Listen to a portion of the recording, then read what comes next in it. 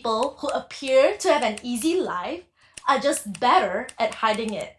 They know how to compartmentalize their pain in such a way that it does not affect them outwardly. Since this episode is about pain, I want to share something personal that I've always kept hidden in my heart for a really long time. I realized that there is no life of mine that can be found from running away. Over the years, I have struggled to open up about this because I'm aware of the consequences of sharing my truth. But somehow, I felt a calling to do so. Let me start off by saying that I've never once felt like I truly belong in my family. Growing up, I've always been the black sheep in my family because I wasn't a scholar like my sister. I always felt like there was something wrong with me. I'm not smart enough, I'm not good enough, I'm not mature enough, or I'm not obedient enough. I was always compared to my sister on every level, but I never wanted that. Being a foreigner back then, our school fees were more expensive than the locals, so my mom went through a lot of hardships to send us to school. Here's the thing that made me the black sheep in my family. I wasn't doing my part to succeed in school, and I was not as hardworking as my sister. Based on my mom's definition of success, just like any other Asian parents, getting straight A's is the only way to prove that you can make it in life. But deep down, I just knew that I was different. Growing up, I had a stepfather, but he was never present in my life. He was just a man-child that my mom had to spoon-feed every day. It was rough. Even though it was a joint business, my mom had to work really hard to pay the bills, the mortgage, the school fees, and put food on the table. Basically, she was functioning on survival mode every day, including the years that she was married. Because let's just say that my stepfather was a complete loser. He was a heavy smoker, an alcoholic, and a gambling addict. 3 in 1. It was the worst combo in a man. Back in 2010, there was one incident that almost turned into domestic violence because my stepfather wanted to throw the glass ashtray at my mom, and I managed to stop him in time by shouting at him to put it down. Shortly after, he stomped to the kitchen to grab a knife and wanted to kill me. At that time, my sister was already in the room, so my mom dragged me to the room and locked the door shut. For hours, he was banging the door with a knife in his hand. All I could remember was shivering in fear. I really thought I was about to die. Because my stepfather was drunk, my mom did not call the police, but it ultimately led to a divorce. I was 16 back then. The divorce took a hit on my mom financially, so she decided to start her own business from the ground. I was naturally called to help her out in her business almost every day after school, including weekends, and my sister would help whenever she could. After high school, she applied to stay in her college residence for 4 years. The thing is, she never really came back to visit, even on the weekends. It was rare to see her. Honestly, I have to say that it felt a little unfair that I was carrying the heavy load throughout the years, but the fact remained that I was the useless child. I wasn't a scholar like my sister. I had no future.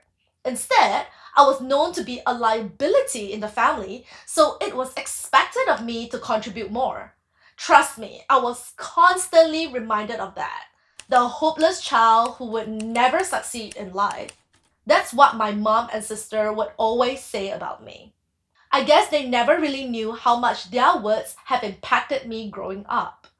After the divorce, my mom would often say things like, "I should have never given birth to you." Honestly, I felt like I was being punished for the mistake she made from bringing me into this world. Whenever my mom would lash out at me for the tiniest of things, like forgetting to switch off the lights in my room, I would get physically beaten with a belt, a hanger, or anything that's within her reach. If there's nothing in sight, she would grab my hair and shove my head to the wall. I would get bruises everywhere and cuts on my arms if she decided to throw things at me. There was no warning or second chances, and it became a weekly occurrence at home. Even when my stepfather was out of the picture, there was never a moment of peace. Mind you, I did not do anything illegal, but I was labeled as the most useless child in the family. I did not smoke, I did not drink alcohol before the age of 18, I did not take drugs, I did not engage in any form of bullying or violence. I was just a girl with average grades who got into a neighborhood school, and that was enough for me to be a disgrace to my family. Over time, I had to convince myself that it was just the typical Asian parenting, so I would not be too affected by it. On top of that, there were many times my sister tried to convince my mom to disown me. My grandma can vouch for that because she overheard my sister telling my mom to give up on me whenever she came to visit us. By the way, my grandma, who is 86 years old, was the one who reminded me of my traumatic childhood recently. So I was caught by surprise that she remembered all the details of my abuse as if it just happened yesterday. Even though she didn't live with us, she has witnessed a glimpse of what I've been through from time to time. So I'm very thankful that she never once hesitated to step in to stop my mom from abusing me any further. Her presence was so comforting to me. For years, my mom would attack me verbally and physically, while my sister would add on to the fire by saying hurtful things to my face, even when I didn't do anything to offend her. They might have forgotten about it now, but honestly, it doesn't matter anymore because I have given myself the closure that I was looking for. Back then, I can't believe that I was fighting so hard for their tiny scraps of love when they were just incapable of loving me for who I am. At this point, I knew that my feelings were never once valid. Their desires, their emotions, their feelings, and their thoughts would always come first before I could even speak my mind. It's like I was just a ghost living under the same roof as them. Growing up, I was never given the authority to order for food whenever we were eating out as a family. My mom would always hand the menu over to my sister and she would be the one ordering the food, even though my mom was the one paying. Whenever I said that I wanted to eat salted egg chicken, it was my favorite. My sister would shut me down completely and not order it 90% of the time. Up till now, I don't know why she did that. And mind you, my mom was just sitting right there on the same table and she couldn't care less about what I wanted. My sister would order whatever she pleased and my mom would just go ahead with it.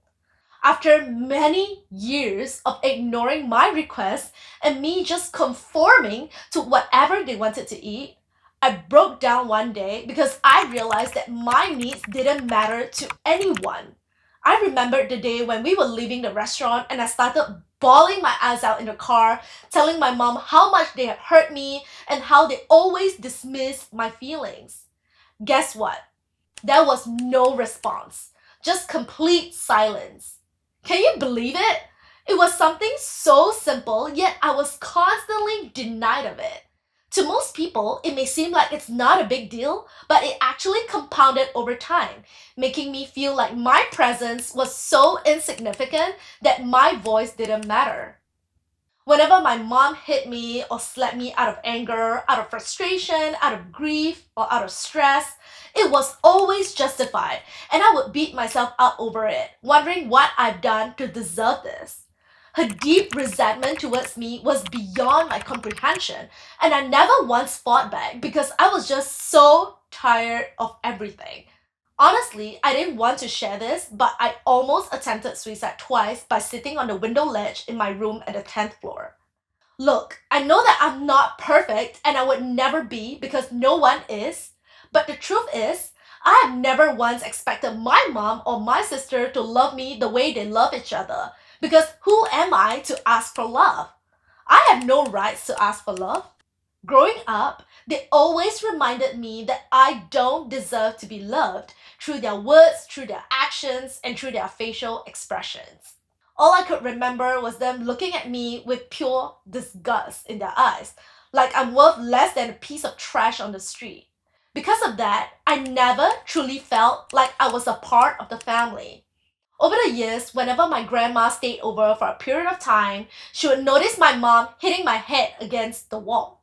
She would try to stop her, and what happened next was truly unforgettable. She would ask my mom this question: why are you treating her like the adopted child instead of your own? And I'm not gonna lie, it's true. I felt it in every core of my being. How could a mother abuse a child like this and still justify her actions? Yes, my mom worked really hard to pay for my school fees and put food on the table. Does it mean that she has every right to hit me so violently? Eventually, things escalated when I turned 18. I knew that I wasn't good with my studies, so I didn't want to go to college just for the sake of it. Instead, I've offered a more feasible option to work and get a degree later in life, but my mom refused. Even though I secretly applied for a cabin crew position at Singapore Airlines and got it after many rounds of interview, there was no way I could disobey her. On top of that, I was told that I needed her consent to accept the job offer since I was only 18, which made me a child because the legal age in my country is 21. Here's the thing. I also knew that the school fees would be impossible to pay for, but she insisted that I had to go to college that year, so I did. Clearly, my grades did not qualify for a local school, so I had to apply for a private school that cost twice as much. Shortly after, we went to the bank to apply for a student loan, and what happened next was that she would never let a day go by without reminding me of how much stress I was giving her when I never wanted that in the first place. I never wanted to make her responsible for my college fees. By the way, I took a waitressing job at the bar and worked my ass till 12 a.m. on weekdays, on top of my classes and homework. I also had to help my mom in her business over the weekends, so I barely had time to study. The point is, I did not sign up for this. I never wanted her to suffer because of me, knowing that she would hate me even more. Look, I'll never discredit my mom for her hard work because she worked harder than anyone else I've ever seen, and I'll never forget the sacrifices she has made for me. But that does not excuse her abusive nature towards me. It felt as though I had to pay a price for her kindness and generosity by enduring her random outbursts. Unfortunately, all the physical, mental, and emotional abuse continued to go on for years until my ex moved me out after seeing the condition I was in. Back then, I was 24, and it became clear to me that she never really wanted me as a child because my existence was such a burden to her. As much as I tried to empathize my mom for everything she has been through, I realized that she has too much resentment against me and her past. It's like she deeply wants to forget that I ever existed in her life so she would not be reminded of her pain, her struggles, and her misery. Stay tuned for part 2 next week.